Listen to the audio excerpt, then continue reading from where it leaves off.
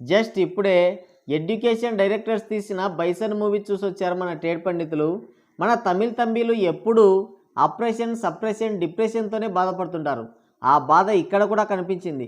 ప్రతి సినిమాలో ఈ క్యాస్ట్ అనేది ఉండాలి వీళ్ళకి. అయితే ఇందులో మరీ అంత డీప్గా వెళ్ళలేదు. పైగా అందరూ విధవలే కాదు అని కూడా చూపించారు. క్యాస్ట్కి స్ట్రెంత్కి మధ్య జరిగే ఒక సైకలాజికల్ గేమ్ అనుకోండి. ఇక సినిమా ఎలా ఉందంటే జస్ట్ వన్ టైం వాచబుల్. అందరికీ నచ్చదు. ఎందుకు అనేది ఇప్పుడు తెలుసుకుందాం. సినిమా కథ విషయానికి వస్తే హీరోకి కబడ్డీ అంటే చాలా ఇష్టం. అయితే ఫ్యాక్షన్స్ కారణంగా కులాలు, రాజకీయాలు, పగ, ప్రతీకారాల వంటి కారణాలతో నిత్యం హత్యలు చేసుకునే గ్రామాలు అవి. హీరో తండ్రికి కబడ్డీ అంటే చాలా ఇష్టం. కానీ తనకి ఎదురైన ఒక సంఘటనతో దానికి దూరం జరుగుతాడు. కొడుకుని కూడా కబడ్డీకి దూరంగా ఉంచుతాడు. అయితే హీరోలోని ప్రతిభని గమనించిన వాళ్ళ పీఈటీ టీచర్ స్కూల్ టీంలోకి తీసుకుంటాడు. అక్కడ మొదలైన తన ఆట ఇంటర్నేషనల్ లెవెల్కి వెళ్తుంది. ఆ మధ్యలో కులాల గొడవల్లో, ఫ్యాక్షన్ గొడవల కారణంగా తను పడిన ఇబ్బందులేంటి అనేది రిమైనింగ్ స్టోరీ. కీడెంచి మేలెంచమన్నారు కాబట్టి ముందుగా నెగిటివ్స్ చూద్దాం. వెట్రిమారన్, పారంజిత్, మారే సెల్వరాజ్ ఇలా సినిమాలు ఆడియన్స్కి అంత కంఫర్ట్గా ఉండవు. టూ మచ్ వైలెన్స్ చూడలేం.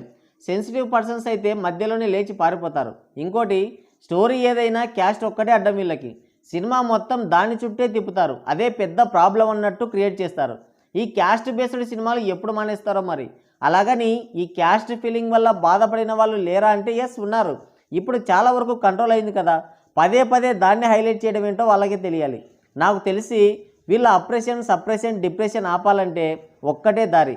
అందరూ కూడా ఆ ఎడారి గొర్రెలకి కన్వర్ట్ అయిపోయి గుడాస్తులన్నీ వీళ్ళకి అప్పగించేసి మతం మారితే ఇలాంటి రొట్టె సినిమాలు ఆపేస్తారు. ఇకపోతే వైలెన్స్, అయ్య బాబో దండం. ఈ సినిమాలో కొన్ని సీన్స్ అయితే మనం అస్సలు చూడలేం, అంత ఘోరంగా ఉన్నాయి. ఫ్యామిలీస్ అయితే అస్సలు చూడలేరు. చాలామంది ఇబ్బంది పడతారు. ఇంకోటి ల్యాగ్. సినిమా చాలా స్లోగా వెళ్తుంటుంది. ఎంత స్లోగా అంటే మనం ఏమన్నా బ్లాక్ హోల్లో పడిపోయామా అనే ఫీలింగ్ వస్తుంది. టైం ఏమన్నా ఆగిపోయిందేమో అనిపిస్తుంది. కొన్ని చోట్ల ఏం చేయాలో తెలియక అలా సాగదీసేశారు. ఇక పాజిటివ్స్ ఏంటంటే సినిమాలో ఎమోషన్స్ బాగున్నాయి. ముఖ్యంగా హీరో తండ్రిగా చేసిన పశుపతి అంకుల్ అయితే ఇరగదీశాడని చెప్పాలి. ఆ క్యారెక్టర్కి మాత్రం మనం బాగా కనెక్ట్ అవుతాం. పిల్లల కోసం తండ్రి ఎలా తపన పడతాడు, ఎంత కష్టపడతాడు, ఎంతకైనా తెగిస్తాడు, పిల్లలు సక్సెస్ అయితే ప్రపంచాన్నే జయించినంత ఆనందాన్ని పొందుతాడు అనేది చాలా బాగా చూపించాడు. ఆ క్యారెక్టర్ మాత్రం అల్టిమేట్. అసలు కబడ్డీని కూడా చాలా బాగా చూపించారు. చాలా ఇంట్రెస్టింగ్గా ఉంటుంది. అయితే చూపించిందే పదే పదే చూపించారేమో అన్న ఫీలింగ్ వస్తుంది. బట్ బాగానే ఉంటుంది.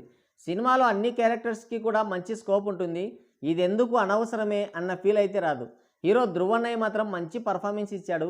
ఆ క్యారెక్టర్కి బాగా సూట్ అయ్యాడు అండ్ ఆ క్యారెక్టర్లో ఒదిగిపోయాడు. సో ఓవరాల్గా చూసుకుంటే కొంతమందికి మాత్రమే నచ్చే సినిమా ఇది. ల్యాగ్ అయినా పర్లేదు, వైలెన్స్ ఉన్నా ఓకే అనుకుంటే సినిమాకి వెళ్ళొచ్చు. సో గైస్, ఇది రివ్యూ. మరోసారి మరో ఇంట్రెస్టింగ్ రివ్యూతో మళ్ళీ కలుద్దాం. Thank you. Take care. Bye bye.